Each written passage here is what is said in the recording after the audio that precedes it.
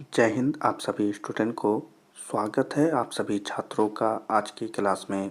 बच्चों, आप सभी बच्चों को बताते हैं कि आज आपके साइंस की क्लास होने वाली है, जहां हम साइंस के बहुत ही महत्वपूर्ण और बहुत ही वीवीआई ऑब्जेक्टिव क्वेश्चंस को याद करने वाले हैं। तो सभी छात्र जल्दी से क्लास से जुड़ जाएं और इन सारे प्रश्नों को जल्दी से याद कर लें, ठीक है। चलिए जल्दी से क्लास को शुरू करते हैं। पहले प्रश्न पर ध्यान देंगे। पहला प्रश्न है, कौन सी गैस उत्सर्जी होगी जब धातुएं जल के साथ अभिक्रिया करेंगे। देखिए, यह महत्वपूर्ण प्रश्न है, बिहार बोर्ड के लिए बहुत ही महत्वपूर्ण है, आपके मैट्रिक परीक्षा के लिए भी बहुत ही महत्वपूर्ण है, ठीक है। तो जल्दी से बताएंगे, वह कौन सी गैस उत्सर्जी होगी जब धातुएं जल के साथ अभिक्रिया करेंगी, ठीक है। तो चलिए इसके ऑप्शन देख लेते हैं। A oxygen, B carbon dioxide, C hydrogen या डी नाइट्रोजन। तो यहाँ पर ध्यान देंगे, इसका जो सही आंसर हो जाएगा वो हो जाएगा हाइड्रोजन, ठीक है। हाइड्रोजन इसका एकदम सही आंसर हो जाएगा, ठीक है बच्चों। तो एकदम याद रख लीजिएगा, हाइड्रोजन एकदम इसका आंसर है। चलिए अगले क्वेश्चन को देख लेते हैं। अगला प्रश्न है, Fe2O3 प्लस 2L से अभिक्रिया करने के बाद Al2O3 प्लस 2Fe, ठीक है, निर्माण होता है। ऊपर दी गई अभिक्रिया किस प्रकार की है, ठीक है। जल्दी से बताएंगे। Fe2O3 प्लस 2L अभिक्रिया करने के बाद Al2O3 प्लस में 2Fe का निर्माण करती है, तो यह किस प्रकार की अभिक्रिया है, ठीक है। तो जल्दी से इसका आंसर देख लेते हैं। तो यहाँ पर इसका जो राइट आंसर हो जाएगा वो हो जाएगा विस्थापन अभिक्रिया, ठीक है बच्चों। इसका क्या हो जाएगा एकदम राइट आंसर, विस्थापन अभिक्रिया, ठीक है। सही बच्चे याद रखेंगे, सी जो है एकदम राइट आंसर हो जाएगा। इस क्वेश्चन का आंसर है विस्थापन अभिक्रिया, ठीक है। चलिए अगले क्वेश्चन को देख लेते हैं, थोड़ा इसे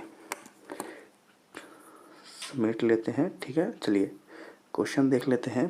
प्रश्न है, लोह चूर्ण पर तनु हाइड्रोक्लोरिक अम्ल डालने से क्या होता है। सही उत्तर पर निशान लगाइए।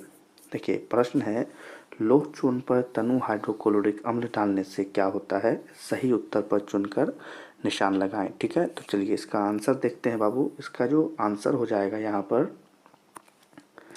तो यहाँ पर इसका जो आंसर हो जाएगा एकदम सही, वो है हाइड्रोजन गैस एवं आयरन क्लोराइड बनता है, ठीक है।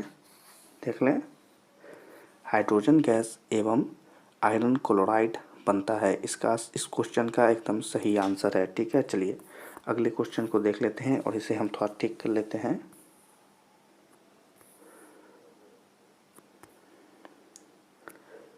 क्वेश्चन है, श्वसन किस प्रकार की अभिक्रिया है। जल्दी से बताएंगे, श्वसन किस प्रकार की अभिक्रिया है। तो यहाँ पर इसका आंसर देख लेते हैं बाबू।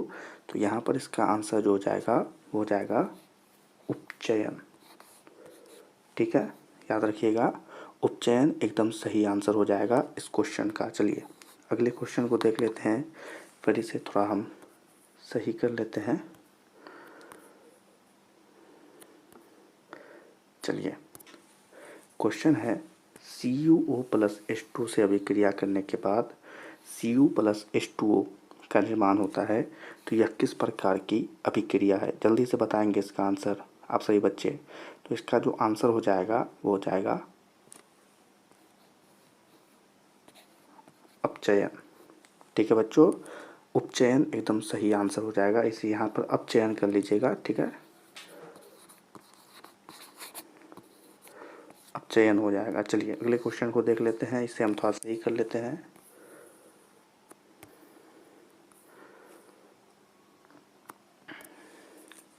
चलिए क्वेश्चन है, इलेक्ट्रॉन के स्थानांतर से बने यौगिक क्या कहलाते हैं। जल्दी से बताएंगे, इलेक्ट्रॉन के स्थानांतर से बने यौगिक क्या कहलाते हैं। तो इसका आंसर भी देख लेते हैं। इसका आंसर जो हो जाएगा वो हो जाएगा वैद्युत संयोजी, ठीक है बाबू। क्या हो जाएगा आंसर, वैद्युत संयोजी। एकदम याद रखिएगा, इस क्वेश्चन का एकदम सही आंसर हो जाएगा। चलिए अगले क्वेश्चन को देख लेते हैं।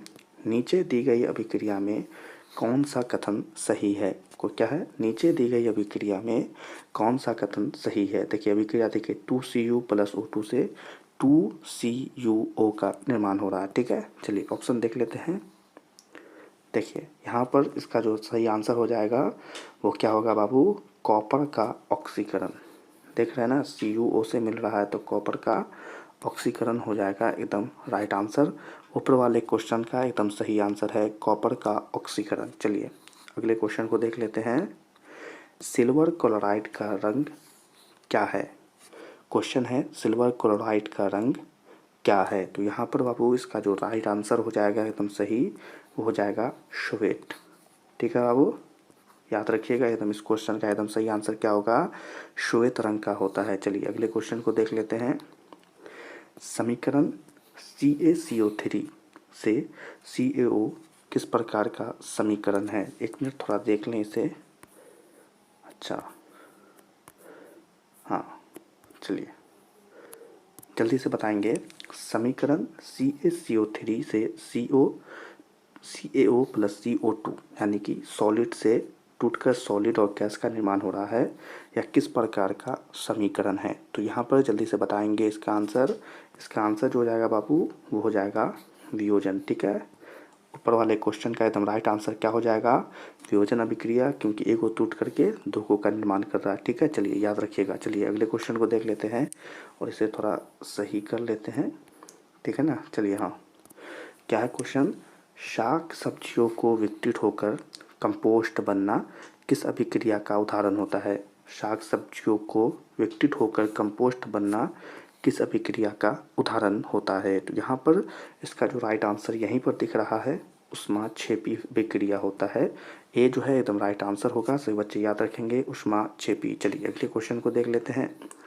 अगला प्रश्न है, निम्न में से कौन सा उत्पाद लेड नाइट्रेट को कम करने पर प्राप्त होता है? क्वेश्चन है निम्न में से कौन सा उत्पाद लेड नाइट्रेट को कम करने पर प्राप्त होता है? ठीक है, तो चलिए इसका आंसर भी देख लेते हैं जल्दी से।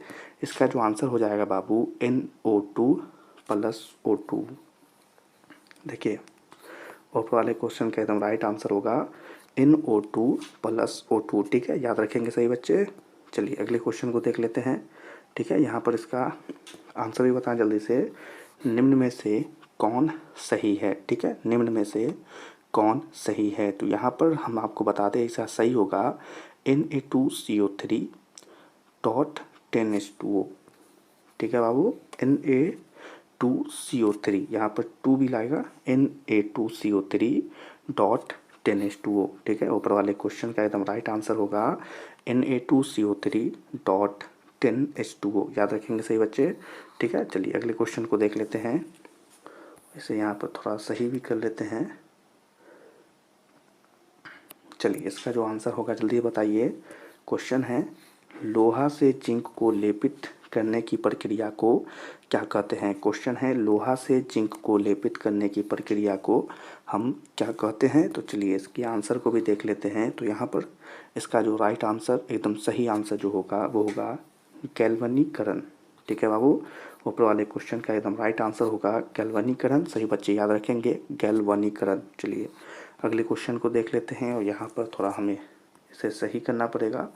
कोई कोई क्वेश्चन थोड़ा बड़ा होता है, इसी के लिए थोड़ी दिक्कत होती है, पर आप सभी बच्चे क्वेश्चन पर ध्यान दें। क्वेश्चन है जस्ता तथा तनु हाइड्रोक्लोरिक अम्ल की अभिक्रिया के फलस्वरूप निम्न में से कौन सा गैस बनता है? क्या है क्वेश्चन? जस्ता तथा तनु हाइड्रोक्लोरिक अम्ल की अभिक्रिया के फलस्वरूप निम्न में से कौन सा गैस बनता है? तो चलिए इसके आंसर को भी देख लेते हैं और इसका आंसर जो हो जाएगा बाबू एकदम सही, वो हो जाएगा H2। ठीक है बाबू, क्या हो जाएगा एकदम राइट आंसर? H2 हो जाएगा। सही बच्चे याद रखेंगे H2। ठीक है, चलिए अगले क्वेश्चन को देख लेते हैं और फिर यहाँ पर इसे थोड़ा सही करना पड़ेगा। हाँ ठीक है, चलिए क्वेश्चन पढ़ेंगे जल्दी से और आंसर भी करेंगे। कोई तत्व ऑक्सीजन के साथ अभिक्रिया कर उच्च गलनांक वाला यौगिक का निर्माण करता है, तो यह यौगिक जल में विलय है, तो यह तत्व क्या हो सकता है? क्या है क्वेश्चन? कोई तत्व ऑक्सीजन के साथ अभिक्रिया कर उच्च गलनांक वाला यौगिक का निर्माण करता है, तो यह यौगिक जल में विलय है, तब यह तत्व क्या हो सकता है? तो चलिए इसके आंसर को देख लेते हैं। तो यहाँ पर इसका जो राइट आंसर हो जाएगा वो हो जाएगा कैल्शियम। ठीक है बाबू, कैल्शियम एकदम राइट आंसर होगा। सही बच्चे याद रखेंगे कैल्शियम। ठीक है, ऊपर वाले क्वेश्चन का एकदम राइट आंसर हो जाएगा और यहाँ पर फिर से इसे थोड़ा लार्ज करना पड़ेगा। ठीक है, चलिए सही हो गया है। क्वेश्चन है जल के एक अणु हाइड्रोजन एवं ऑक्सीजन के परमाणुओं की संख्या का अनुपात क्या होता है। जल के एक अणु में हाइड्रोजन एवं ऑक्सीजन के परमाणुओं की संख्या का अनुपात क्या होता है। ठीक है, जल यानी कि H2O। सही बच्चों को दिख क्या होगा इसका आंसर। तो इसका आंसर भी बता दें आप सभी बच्चों को। यहाँ पर इसका राइट आंसर होगा 2:1 यानी 2:1। ऊपर वाले क्वेश्चन का एकदम राइट आंसर हो जाएगा 2:1। ठीक है सही बच्चे, याद रखेंगे ना, 2:1। चलिए अगले क्वेश्चन को देख लेते हैं। अगला क्वेश्चन है, नीचे दी गई अभिक्रिया के संबंध में कौन सा कथन सत्य है। क्या क्वेश्चन, नीचे दी गई अभिक्रिया के संबंध में कौन सा कथन सत्य है। क्या अभिक्रिया, ZnO प्लस कार्बन से Zn प्लस CO का निर्माण हो रहा है। ठीक है, जल्दी से बताएंगे इसका आंसर भी, और जल्दी से इसका आंसर भी देख लें सही बच्चे। यहाँ पर इसका आंसर जो हो जाएगा वो हो जाएगा कार्बन उपचयित हो रहा है।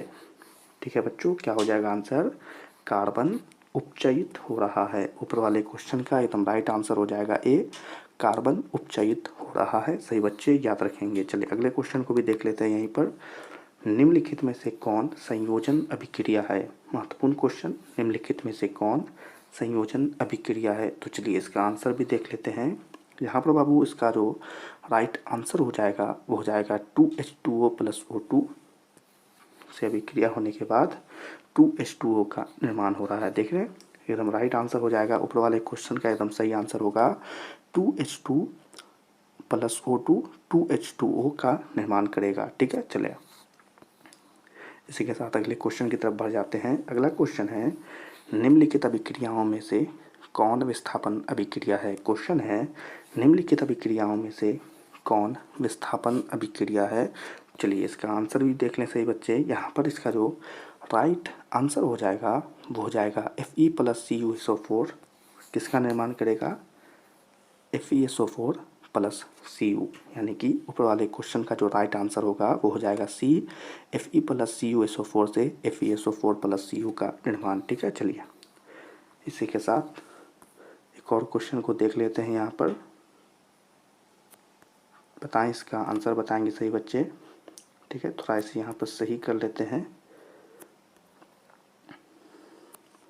क्वेश्चन है, लोह चूर्ण पर तनु हाइड्रोक्लोरिक अम्ल की अभिक्रिया से क्या होता है। क्वेश्चन है, लोह चूर्ण पर तनु हाइड्रोक्लोरिक अम्ल की अभिक्रिया से क्या होता है। तो यहाँ पर देख लें इसका आंसर, हाइड्रोजन गैस एवं आयरन क्लोराइड बनता है। ठीक है, हाइड्रोजन गैस एवं आयरन क्लोराइड बनता है। तो इसी के साथ आज की क्लास में महत्वपूर्ण ऑब्जेक्टिव क्वेश्चन समाप्त होते हैं। आप सभी बच्चे इन सारे प्रश्नों को जल्दी से याद कर लें, क्योंकि ये प्रश्न आपके मैट्रिक परीक्षा 2025 में आप सभी बच्चों को आपके क्वेश्चन पेपर में ज़रूर देखेंगे। इसीलिए आप सभी बच्चे इन सारे प्रश्नों को जल्दी से याद कर लेंगे। और इसी प्रकार से महत्वपूर्ण ऑब्जेक्टिव क्वेश्चन के लिए हमारे चैनल को सब्सक्राइब करें और बेल आइकन को ऑल पर सिलेक्ट कर लें। आज की क्लास पसंद आई हो तो इस क्लास को लाइक करें, अपने दोस्तों के साथ भी इस क्लास को ज़रूर शेयर करें। और आज की क्लास आपको कैसी लगी कमेंट में आप सभी बच्चे ज़रूर बताएं। सभी बच्चों से मिलेंगे अगली क्लास में। तब तक के लिए आप सभी छात्रों को जय हिंद।